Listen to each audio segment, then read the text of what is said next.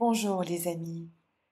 Vous savez que j'aime particulièrement vous lire des extraits de livres ou de textes que j'ai moi-même lus avec beaucoup de plaisir et j'espère qu'ils vous toucheront autant que moi. Alors aujourd'hui, je vous propose un extrait du livre d'Eckhart Tolle, Nouvelle Terre. Et je vais commencer à vous parler de péché, d'ego, et ensuite nous aborderons l'éveil, puis les problèmes, les relations aux autres. Nous parlerons également de la pensée et bien entendu des moyens qui sont en notre possession et qui nous mènent à l'éveil. Voilà, on commence avec ce premier extrait, une petite définition toute simple du péché. Péché veut donc dire manquer le but de l'existence humaine. Péché veut dire vivre maladroitement et aveuglément et par conséquent souffrir et faire souffrir. Le fait de vouloir devenir meilleur appartient encore au même dysfonctionnement, sous une forme plus subtile d'amélioration personnelle, de désir de plus et de renforcement de l'identité, de renforcement de l'image personnelle. On ne devient pas bon en essayant d'être bon, mais en trouvant la bonté qui est déjà en soi et en lui permettant de s'exprimer. L'ego n'est rien d'autre qu'une identification à la forme, principalement aux formes pensées. Je pense est un énoncé qui est aussi faux que je digère ou je fais circuler mon sang. La digestion se produit, la circulation du sang se fait et la pensée se produit aussi. La plupart des gens sont possédés par la pensée, par le mental. Quand on leur dit qu'une voix dans leur tête n'arrête jamais de parler, ils vous disent « Quelle voix ?» On pourrait presque considérer cette voix comme une entité qui a pris possession d'eux. Nous lui donnons le nom d'ego, car il y a un certain sens de soi, de je, dans chaque pensée. L'ego, le fondement de votre identité, est précaire, parce que, de par leur nature, les pensées et les émotions sont éphémères. Pour maintenir la pensée « je », l'ego a besoin de la pensée opposée, l'autre, mes ennemis. Et quand je critique, je me sens supérieur. L'ego prend tout personnellement. Or, la vérité n'a pas besoin d'être défendue. Les égos confondent opinion et point de vue avec des faits. Qui plus est, ils ne savent pas faire la différence entre un événement et une réaction à cet événement. Toute notion conceptuelle de soi appartient à l'ego. Chaque ego est par conséquent schizophrène, si l'on veut employer le terme dans son sens commun de double personnalité. Vous vivez avec une image mentale de vous-même, un moi conceptuel avec lequel vous entretenez une relation. La vie elle-même devient également conceptualisée et dissociée de qui vous êtes. Surtout quand vous dites « ma vie ». Voir clairement cette situation est le premier pas permettant de la dépasser. Rien de ce que vous pouvez découvrir sur vous n'est vous. Je vais à présent vous parler de notions d'éveil, toujours selon les propos d'Eckhart Tolle. Illumination, salut, fin de la souffrance, éveil, libération et réalisation celui qui est éveillé, ce sont tous des termes que l'on retrouve dans son livre et qui définissent le même état. Alors voici quelques extraits. À la vue de la beauté d'une fleur, les humains s'éveillaient ainsi, même si ce n'était que brièvement, à la beauté qui fait essentiellement partie de leur être le plus profond, qui fait partie de leur véritable nature. La réalisation spirituelle, c'est voir clairement que ce dont je fais l'expérience, ce que je pense, perçois ou sens, n'est finalement pas qui je suis. En général, je félicite les gens quand ils me disent qu'ils ne savent plus qui ils sont. Quand vous renoncez à la croyance que vous devriez ou auriez besoin de savoir qui vous êtes, qu'arrive-t-il à la confusion? Elle disparaît tout d'un coup. Quand vous acceptez totalement ce que vous ne savez pas, vous accédez à un état de paix et de clarté bien plus près de ce que vous êtes vraiment. Je ne sais pas ce qu'être moi-même veut dire. Alors, si vous pouvez vous sentir tout à fait à l'aise sans savoir qui vous êtes, ce qui reste, c'est ce que vous êtes. Ne soyez pas là principalement comme une fonction ou un rôle, mais comme un champ de présence consciente. Ainsi, il ne prend pas part au mélodrame humain. Pour lui, il n'y a que ce moment tel qu'il est.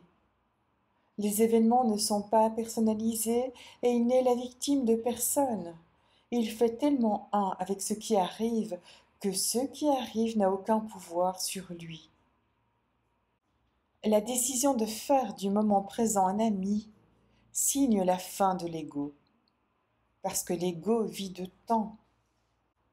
Vous êtes non seulement conscient des choses, les objets, mais vous êtes également conscient d'être conscient. Si vous pouvez sentir une quiétude vigilante intérieure en arrière-plan pendant que des choses se produisent à l'avant-plan, c'est exactement ça. Si au lieu de réagir à une situation, vous fusionnez avec elle, la solution émerge toute seule. C'est l'action juste qui se pose par votre entremise. L'éveil est un basculement de la conscience, au cours duquel la pensée et la conscience se dissocient. Chez la plupart des gens, ce basculement ne se manifeste pas sous la forme d'un événement, mais d'un processus. Même les rares êtres qui connaissent un éveil soudain et puissant, apparemment irréversible, passent eux aussi par un processus au cours duquel le nouvel état de conscience se met en place graduellement et transforme tout ce qu'ils font, pour ainsi finir par faire intégralement partie de leur vie. Ne faire qu'un avec ce qui est ne veut pas dire ne plus devoir prendre d'initiative pour changer les choses, ni être incapable de passer à l'action. La seule différence, c'est que vous passez à l'action à partir d'un plan plus profond, pas à partir de la peur ou du désir de l'ego. Je vais à présent vous reprendre des passages où Eckhart explique comment naissent les problèmes. Quand vous ne pouvez plus sentir la vie en vous, il est probable que vous la remplirez d'objets. La notion du je n'ai pas assez encore de l'ego veut dire je ne suis pas assez encore. La vie vous procure exactement l'expérience dont vous avez le plus besoin pour que votre conscience évolue. Comment savoir si c'est l'expérience dont vous avez besoin? Parce que c'est l'expérience qui vous arrive en ce moment. La plupart des égos veulent des choses qui sont contradictoires. Ils veulent différentes choses à différents moments, ou bien ne savent même pas ce qu'ils veulent, excepté qu'ils ne veulent pas ce qui est, c'est-à-dire le moment présent. Par exemple, quand vous êtes malade, vous recevez beaucoup d'attention. Vous vous accrochez alors inconsciemment à la maladie parce qu'elle est devenue la partie la plus importante de ce que vous percevez comme étant vous. Un autre exemple. Appelons cela une situation extrême. Tout ce à quoi ils s'étaient identifiés leur a été repris. Comment se peut-il que face à tout cela, je ressente une telle paix? Une fois que vous comprenez la nature et le fonctionnement de l'ego, quand les formes auxquelles vous vous êtes identifié s'effondrent ou vous sont reprises, il y a effondrement de l'ego, étant donné que l'ego est identification à la forme. Parfois, certains se créent immédiatement une forte image mentale. Ils sont victimes des circonstances. Autrement dit, l'ego ne perd pas de temps à trouver une nouvelle forme. Aussi longtemps qu'il a une identité bonne ou mauvaise, il est satisfait. En fait, ce nouvel ego sera plus contracté, plus rigide et plus impénétrable que l'ancien. Chaque fois qu'un humain subit une perte tragique, il résiste ou il cède. Ce que nous percevons comme de la matière physique, c'est de l'énergie qui vibre, qui se déplace, selon une amplitude particulière de fréquence. Les pensées consistent en la même énergie, mais celle-ci vibre à une fréquence plus élevée que la matière. Les pensées négatives vibrent à une fréquence plus basse, alors que les pensées positives vibrent à une fréquence plus haute. La fréquence vibratoire du corps de souffrance entre en résonance avec celle des pensées négatives. C'est pour cette raison que seules les pensées négatives peuvent nourrir le corps de souffrance. Le corps de souffrance est en train de vivre en vous, prétendant être vous. Pour ce dernier, la souffrance est synonyme de plaisir. Parlons à présent de nos relations aux autres, toujours avec des extraits du livre Descartes. Tout ce que vous détestez et à quoi vous réagissez fortement chez l'autre est aussi en vous. L'ego ne cherche pas l'attention sans forme qu'est la présence, mais l'attention sous une forme ou une autre, entre autres la reconnaissance, les louanges, l'admiration. Tomber amoureux est dans la plupart des cas une intensification du vouloir et de l'avoir besoin de l'ego. Les personnes qui pensent être tombées amoureuses l'une de l'autre sont en fin de compte attirées l'une par l'autre parce que leurs corps de souffrance respectifs se complètent. Parfois, les rôles de bourreau et de victime sont déjà clairement établis dès la première rencontre. C'est inimaginable à quel point un petit concept mental comme ma peut susciter de l'émotion. À cause d'un manque total de conscience personnelle, elles ne peuvent faire la différence entre un événement et leur réaction à ce dernier.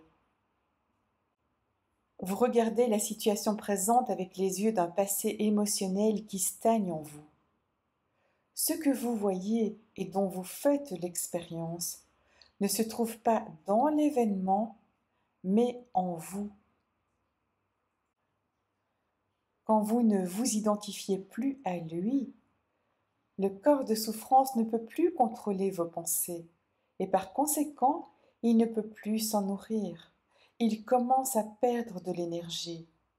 Les émotions cessent de submerger vos pensées et vos perceptions ne sont plus déformées par le passé.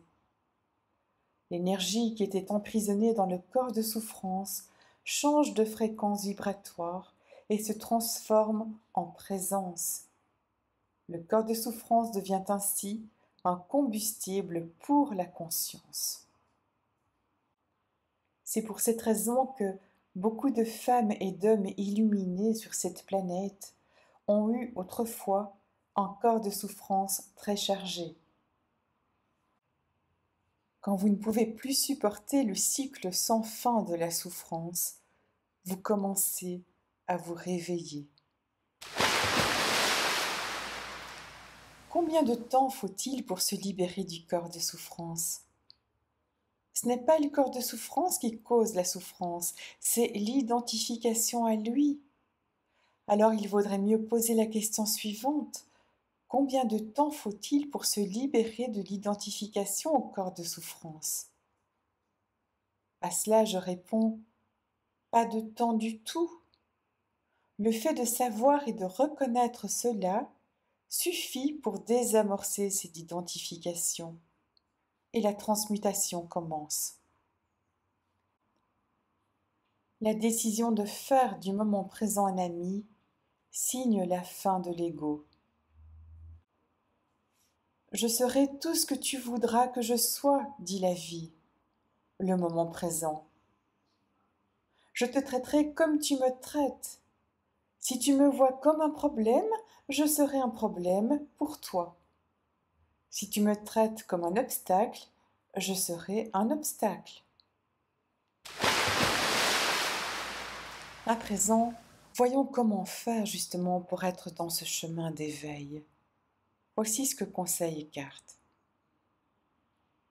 Chaque fois que vous êtes conscient de votre respiration, vous êtes absolument présent. La respiration n'est pas quelque chose que vous faites, mais quelque chose dont vous êtes le témoin pendant que cela se passe. La respiration consciente arrête les pensées. Vous êtes totalement éveillé et hautement vigilant. Nous devons entrer dans le corps pour pouvoir le dépasser et découvrir que nous ne sommes pas lui. Voici un petit exercice spirituel qui apportera de l'expansion créative et de la puissance dans votre vie. Dressez la liste des activités quotidiennes que vous entreprenez fréquemment, y compris celles qui peuvent vous paraître sans intérêt, ennuyeuses, pénibles, irritantes ou stressantes. Par contre, ne mettez pas dans votre liste des activités que vous détestez. Si vous détestez faire quelque chose, soit vous devez l'accepter, soit vous devez cesser. Vous pouvez inscrire sur votre liste vos déplacements en voiture pour aller au travail, en revenir, les courses, la lessive ou toute autre chose que vous estimez pénible ou stressant dans votre travail. Ensuite, quand vous entreprenez ces activités, laissez-les être le véhicule de votre vigilance. Soyez totalement présent à ce que vous faites et sentez la quiétude vigilante et vivante en vous, à l'arrière-plan de l'activité. Vous découvrirez rapidement que ce que vous entreprenez dans un grand état de conscience devient en fait appréciable. Ce n'est plus stressant, pénible ou irritant. Pour être plus précis, ce à quoi vous prenez plaisir n'est pas vraiment l'action comme telle, mais la dimension intérieure de conscience qui passe dans l'action. Voilà ce qu'est trouver la joie de l'être dans ce que vous faites. Si vous sentez que votre vie manque de sens ou qu'elle est trop stressante ou pénible, c'est parce que vous n'avez pas encore fait entrer cette dimension dans votre vie. Être conscient dans tout ce que vous faites n'est pas encore devenu votre objectif principal. Seul le moment présent peut nous libérer. Quand on réalise cela, l'éveil se produit. Et les personnes éveillées vivent dans une attitude de lâcher-prise et sentent qu'elles ne font qu'un avec le tout et la source. Aussi, je vous propose de mettre en application immédiatement cette sensation de présence. Et je vous propose de fermer les yeux quelques instants, 1 minute, et de simplement vous concentrer sur votre respiration, rien d'autre. Et si une pensée traverse votre esprit, eh bien, elle passe et elle s'en va tout simplement. Vous ne la cherchez pas, vous ne la retenez pas, mais vous ne la chassez pas non plus. Et revenez tout de suite à la concentration sur la respiration. Voilà, quand ce sera terminé, je vous l'annoncerai par la petite clochette. Allons-y.